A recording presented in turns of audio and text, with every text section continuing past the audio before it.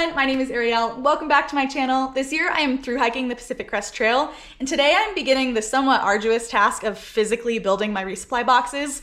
This is actually a project that started quite a few weeks ago with kind of intense spreadsheet that I built to help myself figure out when and where I would need resupply boxes and how many days of food would need to be in each of these resupply boxes. So I'll make sure to walk you through all of the different steps, but I do want to give you a little background first. So first and foremost, when it comes to doing resupply boxes for a through hike on the Pacific Crest Trail, it is what I'm going to say kind of an optional task, because if you don't have any dietary restrictions, you could probably resupply for the entire trail as you went. There are grocery stores in every single town. And when you get towards the latter end of the trail where there is less access to things, you can actually like build your boxes in Oregon and then ship them to Washington. So you can totally set out on the Pacific Crest Trail without doing any of this. But if you're like me and have some dietary restrictions or just like to eat specific foods or eat a little bit healthier, then building resupply boxes can be a really great option to kind of help you. So I am gluten-free. I was diagnosed with a couple different autoimmune conditions and have been mitigating my symptoms through nutrition. And I want to make sure that I stay feeling my best out there on the trail. I feel like it'll be essential to actually get me through the finish line.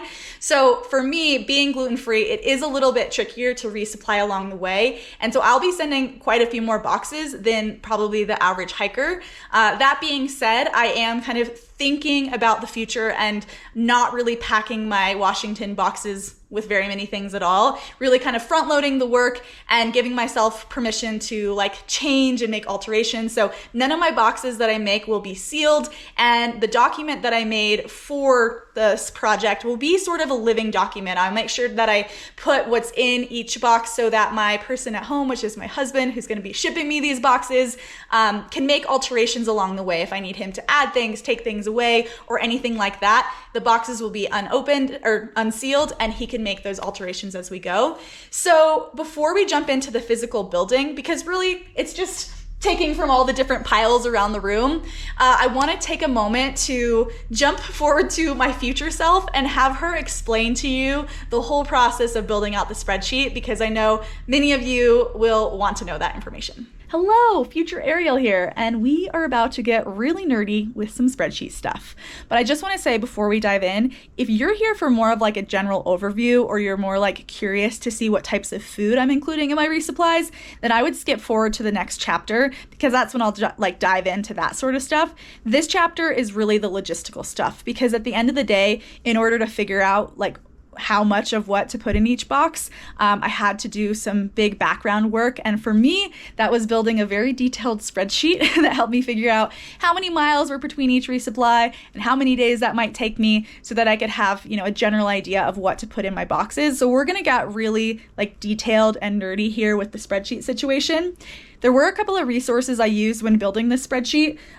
First was the half-mile PCT Trail Resupply and Town Notes. This is a gold mine, and I will make sure to put the link to this in the description box below. Obviously, you have to check things if things are up to date, because things are changing every single year, but this has so much good information, and this was really the document that helped me decide which places would be the best resupply options for me. So when we dive into the spreadsheet that I'm going to show you, this is going to show you the places that I chose, and a lot of them are really common stops. And it will, but this document here is like really going to help you discover if you want to mail resupplies or if you want to buy there, and I really use this as a tool for figuring out which places to buy and which places to mail. And then I also found someone online who did the PCT with celiac, which means you also have to be gluten-free. And his name was Trey French. And I'll see if I can put his info in there, because I also use his spreadsheet, but he was doing like 30-mile days right out of the gate, which is just not realistic for me. So I had to, I looked at his spreadsheet and his like notes, and then I looked at this other resource and I figured out what would be best for me. Okay, so here's the template I built first before I started customizing it to figure out how many days I would need of supplies in each box.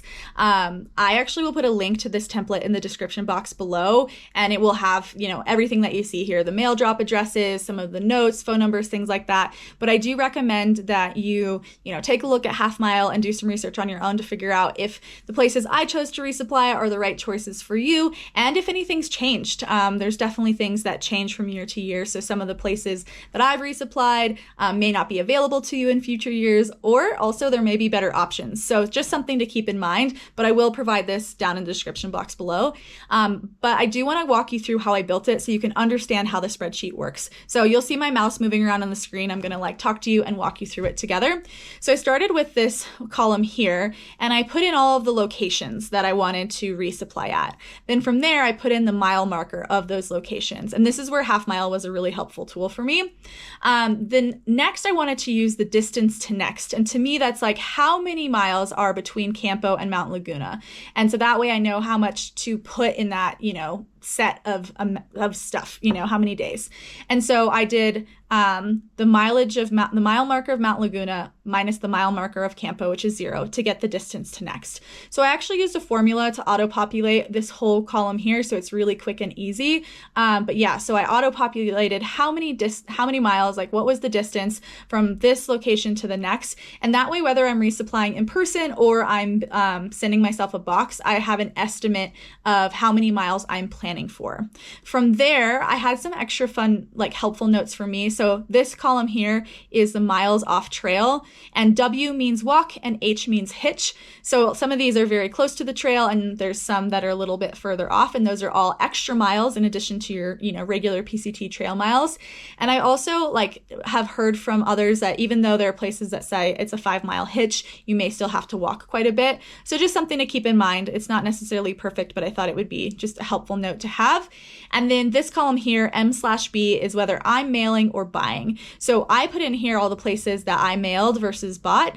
And my main deciding factor was, do they have a bigger health food store, like a Whole Foods, that I could get what I needed from? And if they did, then I decided to buy there. If your dietary restrictions are less rigid than mine, then you can probably buy a lot more places along the trail. And so this could be a helpful tool, whether you're resupplying as much as I am or not. And this spreadsheet could actually still be helpful, even if you're going to mostly buy on the trail, because it'll still give you a good idea of what you need. So from there, I just went through and I added the mail drop addresses for all of the places that I'm going to send my resupply. And this section is kind of more for my person at home, so they know what to put on the box, so they know what type of carrier to use, because some carriers are only USPS and some are only UPS or FedEx, and then what they should write with a Sharpie on the box. And then some more notes for myself about do I have to pay to pick up packages there, or what their contact hours or hours are. And then I numbered the boxes. So anywhere there was an M, which meant mail, I put, the next number. So in all, I'm mailing 26 boxes, which, like I said, is a lot more than the average person. So please don't feel like you need to mail this many. And I will report back to you after the trail if I felt like there were more places that I could have resupplied in person versus mailed. Because I don't quite know yet, and I'm just trying to set myself up for success. Okay, so this is where we're going to really get custom. So this next column here, this estimated days, we're going to use a formula here to figure out how many miles. So let's say you are, you think that you are going to hike 15 miles a day in the beginning. So you can do equals this number divided by 15, finish the bracket, hit enter. So it suggests an autofill, but that autofill is going to be if you were to hike 15 miles every day for your whole trail. So I'm going to click no on that. But say you think you're going to hike 15 miles a day on average to Big Bear or Wrightwood, since I just went down to Wrightwood. So this will tell you the estimated number of days all the way to Wrightwood if you're hiking 15 miles a day. Let's say after Wrightwood, you're like, okay, we've done 400 miles. We're going to be hiking, or I'm going to be hiking more than 15 miles a day. Then you can make a new equation here. You can do equals, and then create your bracket, click that number, and then say you think you're going to be doing 20s at this point, and put the bracket there. And then now you have this one is estimated for 20 miles a day, and you can pull that down for as long as you think you're going to be hiking 20s, right? So say you think you're going to do 20s for the rest of the trail, you can pull 20s down. I did get a little bit nerdy with this on my spreadsheet, and I did oops, fill that all the way down, like 15 or, 15s and then 18s and then 20s. And I changed it for like Oregon, and I changed it for, this year where I thought I might slow down a little bit. And that was, just to get a better idea. But at the end of the day, all of us, unless you've done a through hike before, which you probably already have your own planning strategy, are making educated guesses towards the future. So mine's just an educated guess. Like I said, all of my boxes are going to be unsealed. So if after a few miles I realize I'm walking way faster than 15s and I plan to walk 15s, I can have my husband, who's my person at home, take out, if I'm like, oh, well, I can do that many miles in this many days now, he can take out all the excess stuff. Or if I have excess stuff on the trail, I can put it into a hiker box somewhere or something like that. Okay, so this next column called adjusted days was to help me figure out my estimated ETA, my estimated time of arrival for certain places, so that my person at home would know when to ship my boxes. And so this one, I usually I went through and I put all the same as the estimated days of hiking, but then I added in places where I thought I might take a 0. So I'm still building my boxes off of the estimated days, but the adjusted days is going to help me create my ETA. I hope that's not terribly confusing. But so like here, I might stop in Julian, so I'm going to add an extra day there. I'm just going to put a couple of numbers in here for you to get the idea, but so I was adding in places I thought I might take 0s.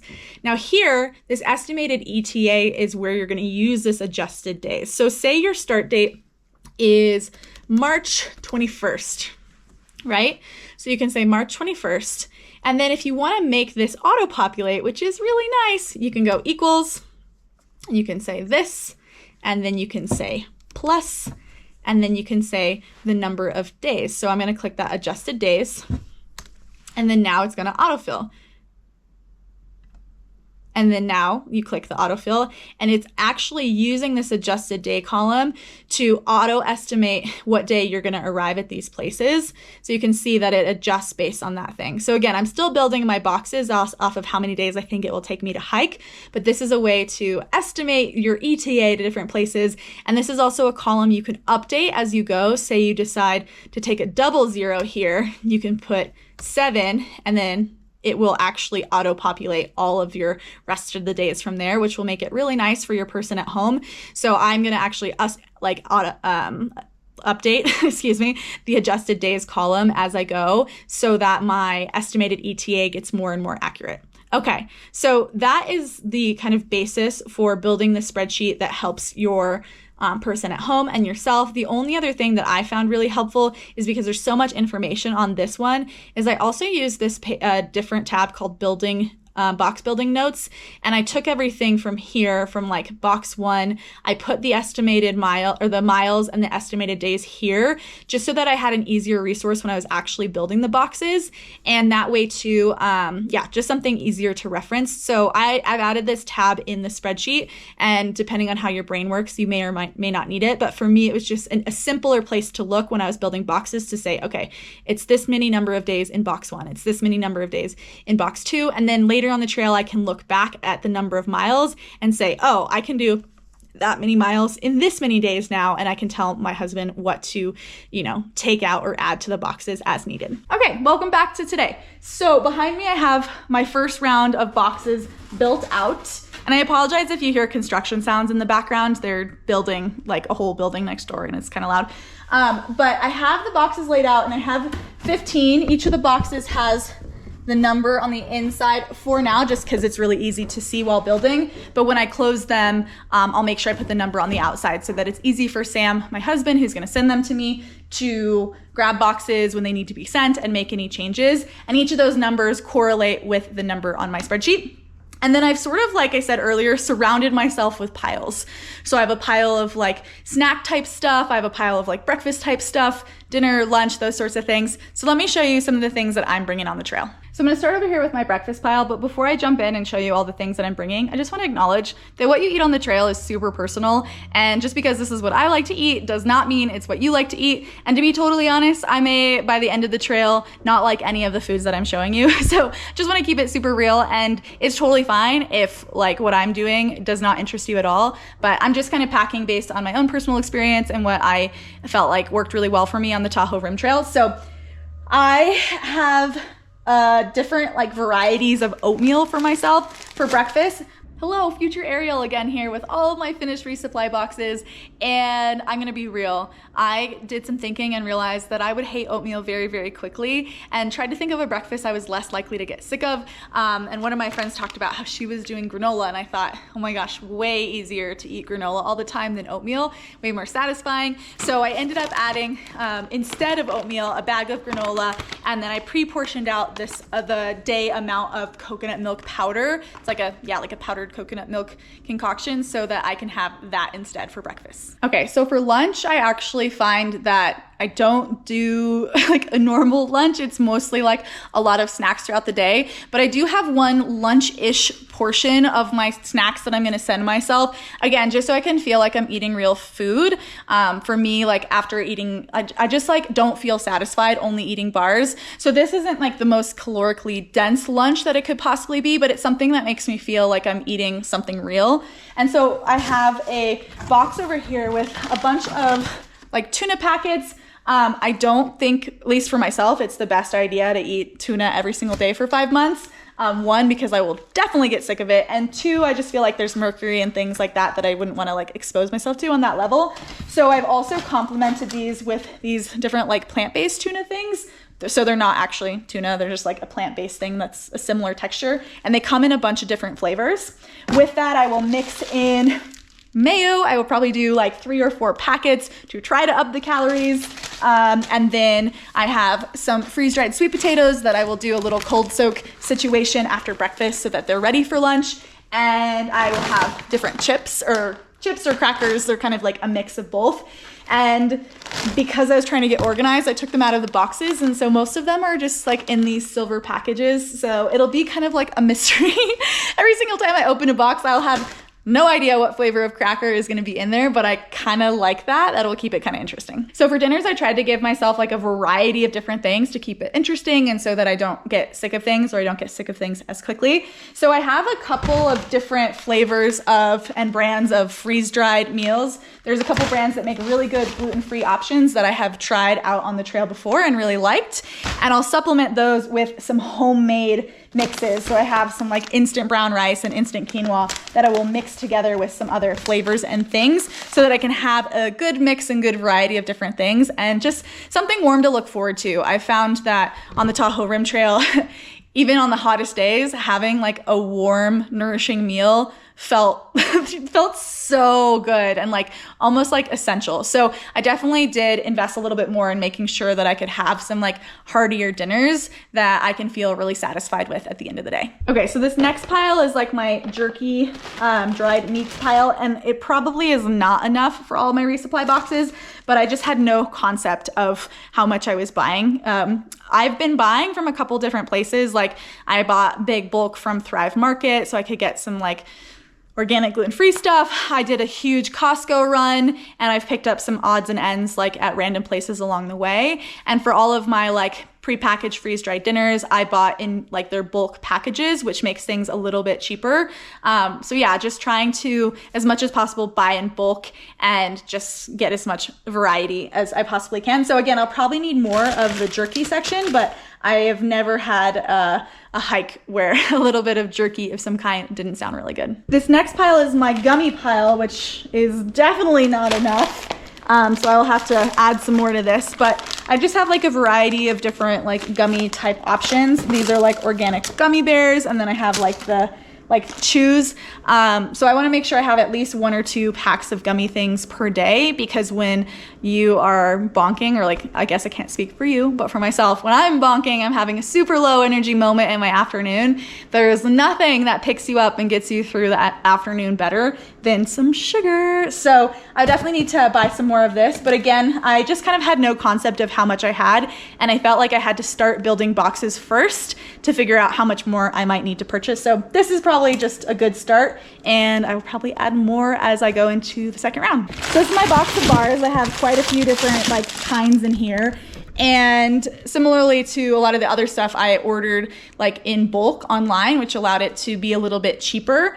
So I try to get as many different kinds, as many different flavors of gluten-free bars that I could possibly find, just to, yeah, keep it interesting and keep changing things up. And probably like my later boxes in the trail, like my Washington boxes, I probably won't put bars in those, and I will just wait to see in Oregon what I'm still liking and what I'm sick of, and I can buy those in person and just add those to what I send myself in Washington. So again, I just have food that I like by the end. I'm gonna call this my miscellaneous snack pile, and it is all of the things that I will like add in to just make my day more interesting. So I'm not gonna add each of these to every box, but I'll just have different things in different boxes to, yeah, just have some more interesting snacks. So I have everything from like gluten-free cookies to these little like muffin pie things and gluten-free bunnies, plantain chips, just all sorts of random stuff. I do have a vacuum sealer, which I'll show you in a second, which is kind of an instrumental role for me in keeping a lot of these things fresh, since it may be, you know, quite a few months before I actually consume them. So there are some things that I can keep in the original package and send it to myself like that, like all of the dinners, and then I can just transfer it into Ziploc bags or smaller bags later on the trail. But there are things like snacks that I do need to divvy out to put them in different boxes. So I will make little like vacuum sealed pods of those things to keep them as fresh as possible. I also have a couple other miscellaneous piles of things that will need to go in my resupply boxes. One of those being like electrolyte drink things. So I have a few different flavors, a few different brands, and I found on the Tahoe Rim Trail on days where it was like 80, 90 degrees that I needed at least 2 like servings of electrolytes a day to not feel totally dehydrated. So that's probably how I will pack my resupplies, is to have at least 2 a day with, yeah, maybe some extras, just because they're small and light. So I feel like that's not a big deal to throw in some extras. But I tried to get myself plenty, and again, different flavors, different brands, just to keep it interesting. But what I will say is this, is I have tried all of these before, and I know that my body likes them. And I say that because I've heard from friends that they tried a new electrolyte mix or like a new dinner or new something out on the trail, and their body didn't actually agree with it. So I do think it is kind of important to make sure you've tried the things that you're adding to your resupply box. Obviously, it's really hard to predict what will happen with your body after, you know, hundreds of miles of walking. And there are probably things that agree with my body now or agree with my body on a 15-mile regular day hike, and maybe don't on when I'm out in, like, you know, the middle of nowhere. But I do think it's, you know, important to do your best to just make sure that your body likes it before you head out. On this side, I have some of like more superfood type stuff. And so if you're trying to do this really like affordably or on the cheap, like this is something you may not include. But again, because I have really struggled with my health and nutrition has been one of the things that's helped me get through, there's just like some things that I wanted to make sure I filled in the gaps with. So I'm doing like these green powders, individual daily green powders from Athletic Greens, which I just recently tried for the first time, and I think they're pretty good. And then this is like a superfood kind of chocolate shake protein mix, which I'll kind of mix in with a different type of chocolate protein as well. So another thing that will go in some of my resupply boxes are some like miscellaneous toiletry type things that I'll need to replenish as I go.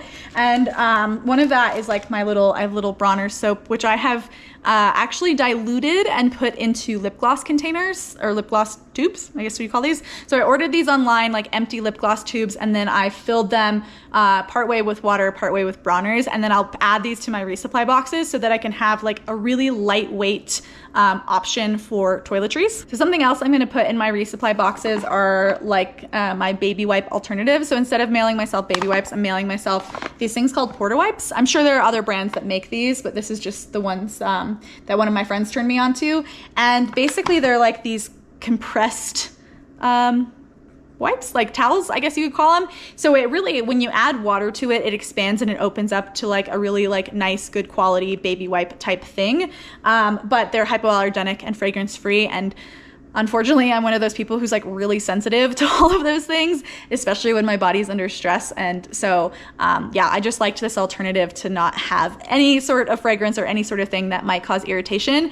So they, like I said, they open up and I think they're pretty like a good size. So I feel like I could get by with maybe like 1 to 3 of these a day to do, you know, the face wipe, the pit wipe, maybe a good wipe down of the feet and that sort of thing. So like I said earlier, I am doing a little bit of vacuum sealing to keep things fresh that I have to like divvy up into smaller portions. So I just vacuum sealed this guy right here. This is my sweet potatoes for my lunch that are freeze dried. And then again, I'll just cold soak during the day. And I measured out 5 days worth and labeled it 5 days because my first resupply box needs 5 days worth of supplies.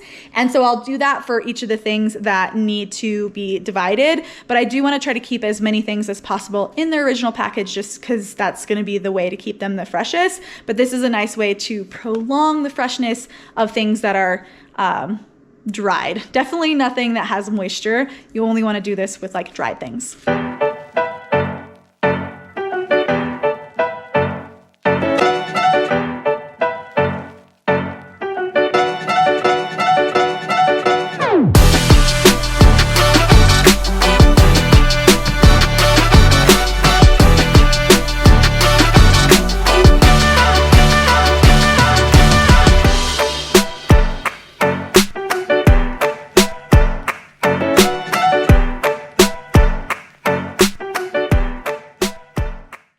There you have it, super easy. Now from here, I'm just gonna go basically pile to pile and add the number of days worth of that pile into the numbered box. And I'll use my spreadsheet as a reference to help me figure out like how many breakfasts, how many lunches and dinners and these things in each box. And then I will add in my document what is actually in each box so that when I'm out on the trail, if I need to make any changes, I'll know exactly what's in there and I can tell Sam what to add, what to take away, and make it really simple. It is kind of a lot of work up front, but I think in the long run, it will just make my life really easy. All right, so that's basically the whole process of how I'm building out my first round of my resupply boxes.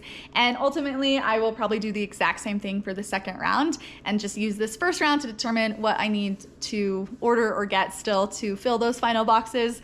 I know that there are some of you watching this that are maybe like horrified by how big of a project I have turned this resupply box thing into, but it's actually really fun for me. And I'm, you know, if you haven't been following along, I've shared this before in other videos, but I'm getting a master's in holistic nutrition, and eating well and nourishing myself is something that I'm passionate about. And so for me, like taking the extra time to eat well and to fill myself up, it feels really fulfilling. So if that's not something that's exciting to you, that's no problem, right? So different things work for different people, and I totally love, celebrate, and respect anyone who does things a different way. But I've had so many requests for this video showing you guys how I'm building my resupply boxes, so I thought I'd keep it super real, and this is how I am making it happen.